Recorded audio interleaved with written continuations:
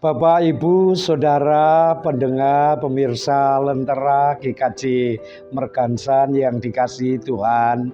Selamat pagi, Salam. Kita akan bersama-sama kembali merenungkan firman Tuhan, mensyukuri apa yang menjadi kebaikan Tuhan yang teranyam di dalam kehidupan kita masing-masing. Saya mengajak merenungkan firman Tuhan yang tertulis dalam Mazmur 90 ayat yang ke-12. Demikian firman Tuhan. Ajarlah kami menghitung hari-hari kami sedemikian hingga kami beroleh hati yang bijaksana. Bapak, Ibu, dan Saudara yang dikasihi oleh Tuhan Yesus Kristus, memaknai kebaikan Tuhan yang terjadi dalam setiap peristiwa, baik yang sudah terjadi, sudah kita lewatkan, atau yang sedang terjadi, senantiasa perlu kita upayakan bersama. Sama seperti yang dinyatakan oleh sang pemazmur. Ia meminta agar Tuhan mengajarkan untuk menghitung hari-hari yang diberikannya. Menghitung hari tentu bukan dalam rangka hari itu segera berlalu, tetapi supaya seseorang memiliki hati yang bijaksana. Mengapa sang pemazmur meminta kepada Allah agar mengajar untuk menghitung hari? Ada dua alasan yang sebenarnya tercantum dalam bacaan kita. Mazmur 90. Yang pertama, sang pemazmur mengakui bahwa Allah adalah pribadi yang berkuasa dan menjadi rumah baginya. Kata rumah itu artinya kediaman. Bagi dirinya tentu dalam pengertian keamanan, bagi dirinya itu bukan sekedar memiliki tempat untuk berlindung, tetapi karena memiliki hubungan yang erat dan benar dengan Allah. Sedangkan alasan yang kedua, yaitu sang pemazmur menyatakan tentang kesementaraan hidup. Ia menggambarkan seperti debu dan rumput. Manusia adalah debu dan akan kembali pada debu. Sang pencipta yang begitu perkasa dan dirinya yang begitu rapuh. Juga tentang perbuatan-perbuatan manusia yang ternyata cenderung melakukan kesalahan di hadapan Allah dalam mengisi hari-hari pemberian Tuhan. Itulah sebabnya sang pemazmur meminta pada Allah agar dia diberi kesadaran akan kesementaraan hidupnya, sehingga selalu memiliki hati yang berhikmat dan hidup yang bermakna. Hikmat tentu tidak hanya sekedar berarti kecerdasan dalam menjalani kehidupan ini, tetapi lebih mengacu pada sebuah sikap yang takut akan Allah dan juga pengakuan atas kendalinya dalam sebuah kehidupan ini. Dengan mengakui dan mengenal kehendak Allah dalam kehidupan, barulah hidup yang sesulit apapun, bahkan sesingkat itu, maka hidup akan bermakna dan berwarna. Nah, memaknai kebaikan Allah dalam setiap peristiwa yang dijalani dan dialami yang terjadi dari hari demi hari dapat mengajarkan seseorang menjadi bijaksana. Kita bisa memberikan contoh misalnya dalam peristiwa kelahiran anak di tengah-tengah keluarga yang baru.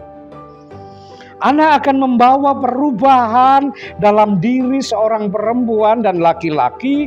Kemudian mereka akan disebut ayah dan ibu. Dan mereka akan belajar mengenai bagaimana menjadi orang tua yang baik, bahkan mengajarkan kehidupan sebagai manusia yang baik bagi anak-anaknya. Tidak ada orang tua yang mengajarkan kejahatan ataupun hal yang buruk kepada anak-anak. Ada hikmat, ada makna yang boleh diperoleh. Begitu juga misalnya contoh lain ketika kita pada saat sakit. Tentu sakit penyakit itu akan menolong seseorang menjadi lebih bijaksana untuk memelihara tubuh agar lebih sehat, menghargai pemberian Tuhan, dan merawat serta menjaga untuk hati-hati. Bahkan dalam kondisi sakit, seseorang mampu bergumul dan berharap kepada Tuhan agar ia berkenan hadir. Bahkan dalam situasi yang kritis, Tuhan memberikan pertolongan kepadanya. Atau contoh lain, misalnya dalam sebuah konflik. Seseorang akan didewasakan dari konflik dalam menjalani dan memilih hidup damai daripada hidup berkonflik. Sebab pertengkaran tidak pernah mendatangkan keuntungan apapun. Selain kerugian, hanya akan dijauhi oleh sahabat, saudara, bahkan teman. Jadi ia akan memilih damai dalam kehidupannya. Hikmat dan kebijaksanaan lain bahkan dalam kematian. Kematian seseorang akan dapat memiliki hati yang peka. Bahkan dapat menangkap pertanda dari Allah atau firasat akan adanya kematian dalam sebuah keluarga. Hal ini akan memberikan hikmat. Biasanya orang akan cenderung siap untuk menerima peristiwa kematian dengan ikhlas, dengan tabah, dengan kuat, bahkan berserah pada Tuhan. Karena percaya penuh hidup dan mati seseorang ada di tangan Allah. Bahkan bersyukur ketika seseorang memiliki Tuhan Yesus sebagai juru selamatnya yang berkenan menanggung segala dosa dan juga kesalahannya, memberikan keselamatan dan jaminan hidup yang kekal. Pada akhirnya semua peristiwa dalam kehidupan kita dapat mengajarkan banyak hal agar kita dapat lebih bijaksana.